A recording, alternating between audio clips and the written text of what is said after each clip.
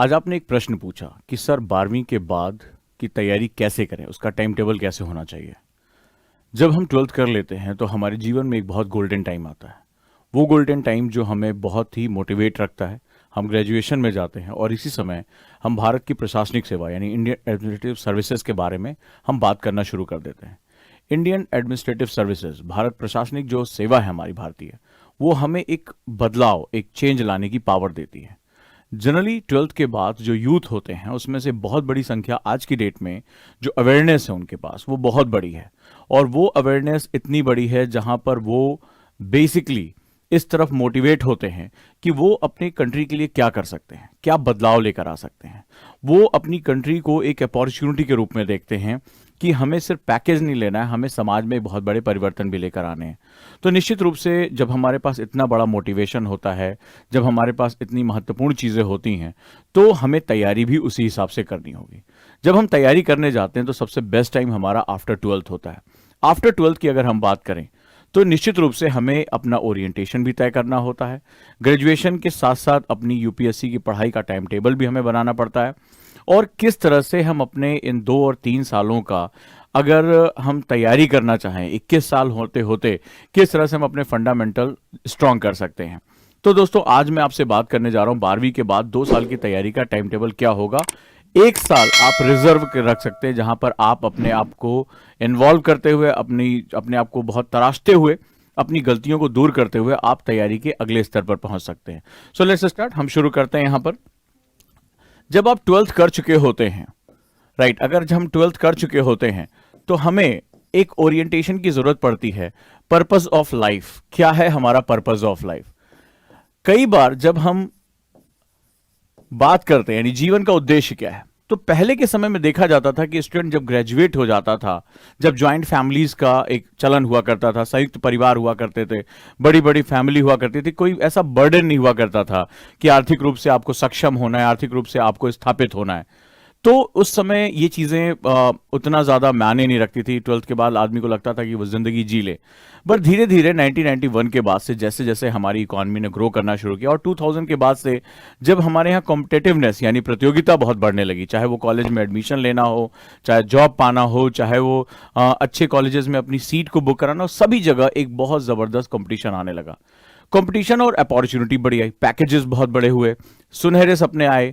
आज की डेट में 25 साल 26 साल का यूथ अपने लिए मकान ले पाता है, गाड़ी ले पाता है, जस्ट बिकॉज ऑफ वो कॉम्पिटेटिवनेस उसको अपॉर्चुनिटी भी बहुत देती है। यानी अब जो दायरा है, अब जो पढ़ाई करने का तरीका वो बदल चुका है। अब हम 12th के बाद ही अपने आप को एक तैयार करना शुरू कर देते हैं। और अगर जो पेरेंट्स बहुत अवेयर हैं, हमारे पास बहुत से पेरेंट्स के फोन आते हैं कि हम कैसे अभी अपने बच्चे को तैयारी कराना शुरू कर दें, तो वो बहुत अवेयर होते हैं, वो जानते हैं कि ये जो प्रतियोगिता है बहुत ज्यादा है और प्रतियोगिता के साथ अपॉर्चुनिटी बहुत अच्छी है। आज एक सामान्य परिवार का बच्चा भी तैयारी करके अपने आप को तैयार करके अपने जो भी कमियां उसको दूर कर सकता है और एक बहुत अच्छा मुकाम हासिल कर सकता है। यानी आफ्टर 12th को तैयारी के बाद अगर हमारी स्थिति हो, चाहे आप किसी बहुत पोस्ट ग्रेजुएशन कॉलेज में जाना चाहते हैं, अपनी लाइफ को एक आयाम देना चाहते हैं, सिविल सेवा में जाना चाहते हैं, तो आफ्टर 12th आज की डेट में बहुत लोग अवेयर होते चले जा रहे हैं। एक बड़ा वर्ग ऐसा भी है जो अभी इसको अवेयर नहीं है, जिनको बहुत अच्छी शिक्षा नहीं मिल पा रही है, जिनके परिवारों में इस तरह का माहौल नहीं है जहां कि वो आने वाले समय के कॉम्पिटेटिवनेस को समझ सकें, उसको डील कर सकें। ऐसे स्टूडेंट जब आफ्टर ग्रेजुएशन पहुंचते हैं तब तक वो उनके लिए बहुत कंपटीशन बढ़ चुका होता है और बहुत लंबा प्रेशर होता है। नतीजा आपने देखा हो, कई बार उनके कई अटेम्प्ट खराब होते हैं, तब जाकर उनको समझ में आता है कि हमें कैसे प्रिपरेशन करनी है। तो वो अपनी तैयारी के 3 साल 4 साल लगाने के बाद उस मुकाम तक पहुंच पाते हैं जहां वो शायद पहले ही पहुंच सकते थे। तो हमें जो समय लगना है, जो तैयारी करनी है, वो एक सुनिश्चित समय है। अब हमें यह देखना है कि हमें तैयारी की शुरुआत कब से कर देनी है। तो आफ्टर 12th आप अपनी पर्पस ऑफ लाइफ यानी कि जीवन के उद्देश्य को ढूंढें कि मुझे भारतीय सिविल सेवा क्यों ज्वाइन करनी है, क्या मेरा पर्पस है इंडियन एडमिनिस्ट्रेटिव सर्विसेज में जाने का, और कैसे मैं अपने राष्ट्र के लिए कुछ कर सकता हूं, अपने समाज के लिए कुछ कर सकता हूं, अपने माता पिता, अपने पेरेंट्स को बहुत प्राउड फील करा सकता हूं। इसके बाद आप अपनी तैयारी को शुरू करें। तैयारी को जब हम शुरू करते हैं, तो जब हम तैयारी यानी प्रिपरेशन की बात करते हैं हम लोग, तो प्रिपरेशन में आप इस पूरे सेगमेंट को 3 स्टेज में बांट दें, 3 स्टेजेस,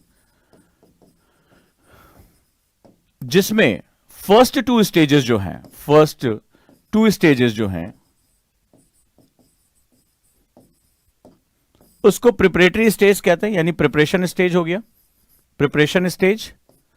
और जो थर्ड स्टेज है, जो थर्ड स्टेज है उसको रिफाइनिंग स्टेज कहते हैं, रिफाइनिंग स्टेज। क्या मतलब होता है इसको तैयारी में, इसको क्या कहते हैं तैयारी में? इसका सीधा सा फंडा होता है कि जो पहले दो स्टेज हैं वहां पर हम तैयारी करेंगे। इन पहले दो स्टेजेस में हम फर्स्ट स्टेज में अंडरस्टैंडिंग डेवलप करेंगे, यानी बेसिक्स करेंगे, अंडरस्टैंडिंग। सेकेंड स्टेज में, ये फर्स्ट हो गया और ये सेकेंड हो गया, सेकेंड स्टेज में मेंस, और जिसे हम लोग सीरियस यानी to the point UPSC requirement mains के हिसाब से हम तैयारी, मुख्य परीक्षा की तैयारी करते हैं, उसको कहते हैं। थर्ड स्टेज होता है जहां आप रिफाइनमेंट करते हैं, यानी आंसर राइटिंग, अपने आप में गलतियों को छांटना, रिवीजन करना, जो चीजें छूट गई हैं उसको अच्छे तरीके से करना, ऑप्शनल में डेप्थ क्रिएट करना, एस्से में अपने आप को एज देना, इंटरव्यू की प्रैक्टिस करना, बोलने की प्रैक्टिस करना, कपड़े पहनने से लेकर अपनी पर्सनालिटी को एक्सप्रेस करने के तरीके ढूंढना, डीएफ यानी डिटेल एनालिसिस फॉर्म की तैयारी करना, अच्छा खासा समय लेता है वो, उसको भरने की प्रैक्टिस करना, उसमें जो पॉइंट छूट रहे हैं उस पॉइंट्स को तैयार करना, उस पर रिसर्च करना, इसको हम लोग बोलते हैं रिफाइनिंग स्टेज। यानी आपने जो पढ़ा, जो अभी तक आपने जाना, जो अपना बेस बनाया, उसको हम लोग कैसे रिफाइन कर सकते हैं। आइए अब हम बात करते हैं इसको डिटेल में। जब हम फर्स्ट ईयर में होते हैं, राइट, जब हम फर्स्ट ईयर में होते हैं तो फर्स्ट ईयर में आप बेसिक से शुरू करें। बेसिक यानी जो हमारे फंडामेंटल 5 सब्जेक्ट होते हैं, फंडामेंटल 5 सब्जेक्ट। कई बार स्टूडेंट सीधे सीधे बड़ी बड़ी किताबें उठा लेता है और वहीं गलती हो जाती है। फंडामेंटल 5 सब्जेक्ट्स की अगर हम बात करें तो फंडामेंटल 5 सब्जेक्ट में हिस्ट्री यानी इतिहास, ज्योग्राफी यानी भूगोल, पॉलिटी यानी राजव्यवस्था, इकोनॉमी यानी अर्थव्यवस्था, और साइंस यानी विज्ञान। ये 5 सब्जेक्ट हमारे फंडामेंटल 5 कहलाते हैं। इन 5 सब्जेक्ट्स में आगे चलकर मेंस में इनके डेरिवेटिव्स आते हैं, राइट। जैसे एनवायरमेंट है तो वो ज्योग्राफी को बेस बनाकर निकलता है, साइंस को बेस बनाकर निकलता है। आईआर जो होता है वो ज्योग्राफी और पॉलिटी को मिक्स करके आगे बढ़ता है। आर्ट एंड कल्चर हिस्ट्री का ही पार्ट के रूप में वो आगे डेवलप होता है। तो इस तरह से अगर हम देखते हैं जो हमारी एग्रीकल्चर का पार्ट है वो हमारी ज्योग्राफी के पार्ट का ही एक्सटेंशन पार्ट होता है। तो वहां इकोनॉमी और ज्योग्राफी मिलकर जो है वो एग्रीकल्चर के पार्ट को एक्सटेंड करते हैं। तो बेसिकली जब शुरुआत आप करें, जो फर्स्ट ईयर है वो 5 फंडामेंटल सब्जेक्ट के साथ करें, और इसके लिए भी उसके बेसिक्स को समझे, जैसे एनसीईआरटीज, जैसे एनआईओएस को मिक्स कर दें, ठीक है। केवल एनसीईआरटीज नहीं, एनसीईआरटी के साथ साथ एनआईओएस, तमिलनाडु, इन सब बुक्स को जो है वो आप मिक्स करें, अपने बेसिक्स को तैयार करें। और यहां पर जो बेसिक पर्पस होगा वो सिलेबस को पूरा करना नहीं होता। बच्चों से बहुत बड़ी गलती हो जाती है कि वो सीधे यूपीएससी का सिलेबस उठाते हैं और उस पर काम करना शुरू कर देते हैं। नहीं, आप अगर फर्स्ट ईयर में हैं तो आप पहली कोशिश ये करेंगे कि आप अपने फंडामेंटल्स को अच्छा कर लें। फंडामेंटल्स को यानी कि सब्जेक्ट क्या कह रहा है, अंडरस्टैंडिंग क्या है, what is the language of the subject, how it is going, how it develop. अगर मैं पॉलिटी की बात कर रहा हूं तो सबसे पहले डेमोक्रेसी क्या होती है, कॉन्स्टिट्यूशन क्या है, डेवलपमेंट ऑफ कॉन्स्टिट्यूशन क्या रहा, हमारी पार्लियामेंट कैसे काम करती है, वर्किंग ऑफ कॉन्स्टिट्यूशन क्या रहा, रैदर दैन कि मैं लक्ष्मीकांत पर जाऊं और बड़ी बड़ी चीजों को पढ़ूं और वहां पर जो है वो अपने आप को उलझता हुआ महसूस करूं। सो हमें कॉन्स्टिट्यूशनल डेवलपमेंट में हमें जानना है हमारा समाज कैसे डेवलप हुआ, हमारी जो डेमोक्रेसी वो कैसे डेवलप हुई, अदर वे ऑफ रूलिंग्स क्या है, तो हम इसके बारे में एक बेसिक अंडरस्टैंडिंग रखें। तो फर्स्ट ईयर में क्या होगा, फर्स्ट ईयर में आपको कोई रश आवर में नहीं जाना, भाग दौड़ नहीं करनी है, आपको फर्स्ट ईयर में सीखते हुए जाना है।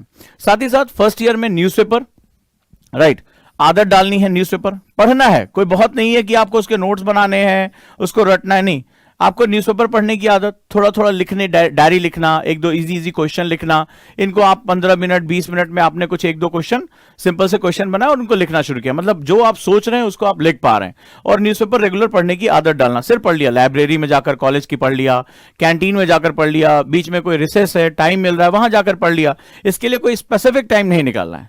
तो आपका ये जो बेसिक है ये आपका होना चाहिए, और लगभग आप average 3 to 4 hours, 3 to 4 hours maximum college के बाद आप निकाल सकते हैं। 3 आवर्स निकाल सकते हैं, या मैक्सिमम से मैक्सिमम आप 4 निकाल लें फर्स्ट ईयर में, मोर देन इनफ है, मोर देन इनफ। इससे ज्यादा आपको प्रेशर लेने की जरूरत नहीं है, आपको सिर्फ चीजें पढ़नी है।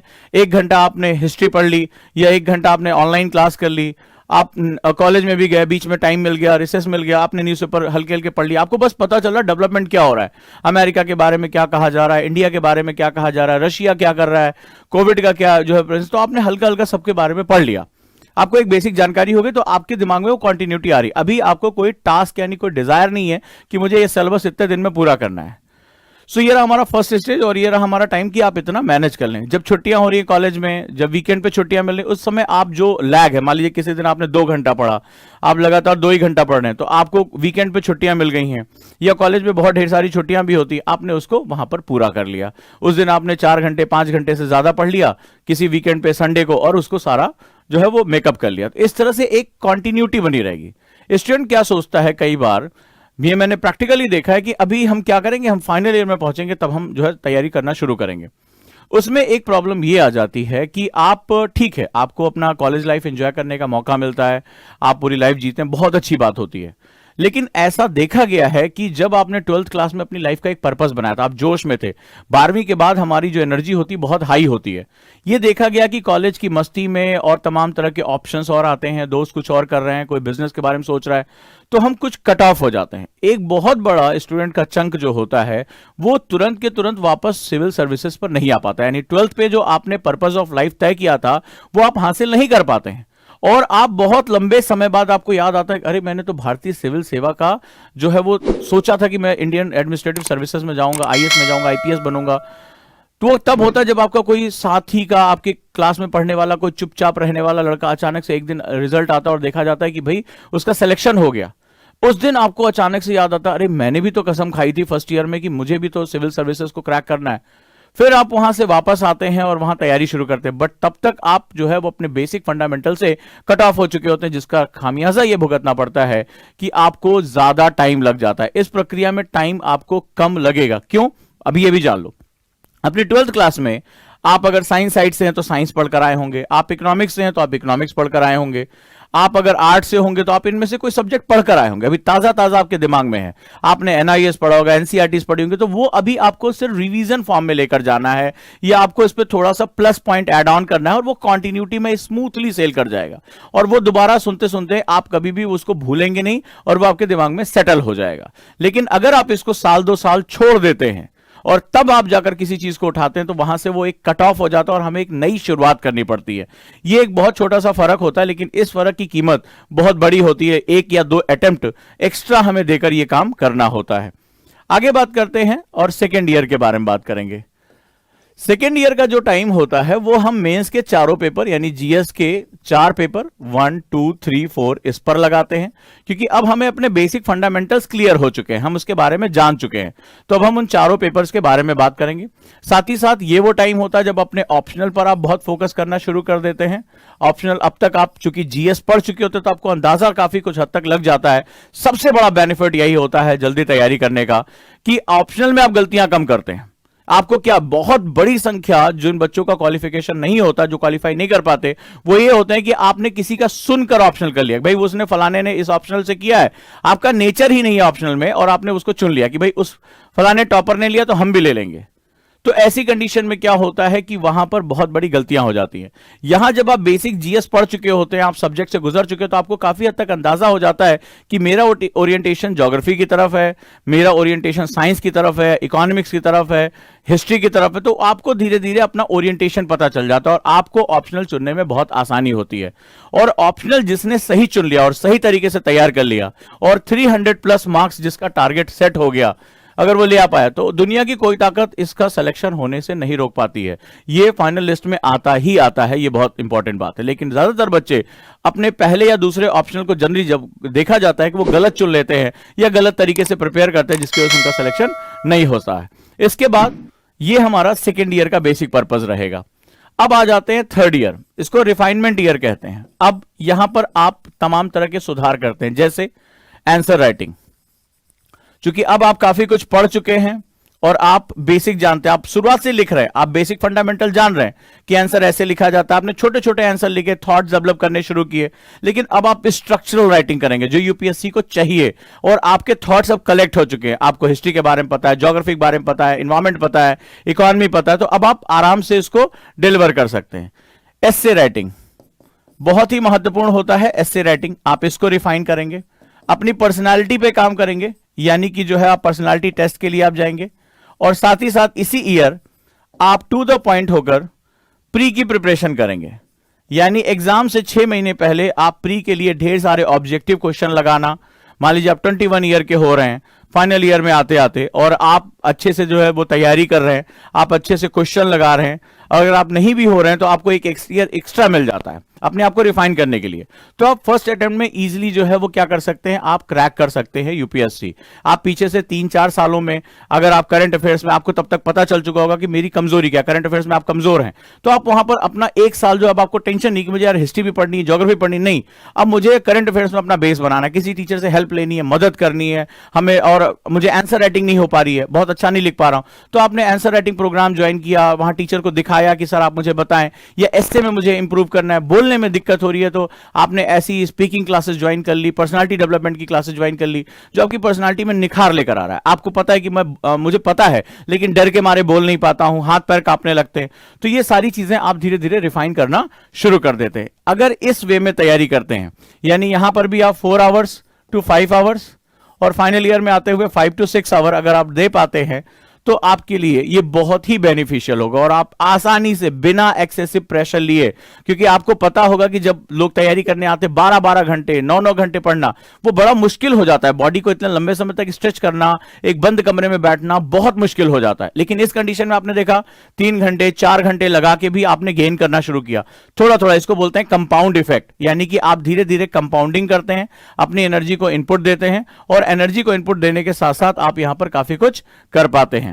तो चलिए दोस्तों, हम लोग को ये समझ में आया कि इसको कैसे तैयार करना है।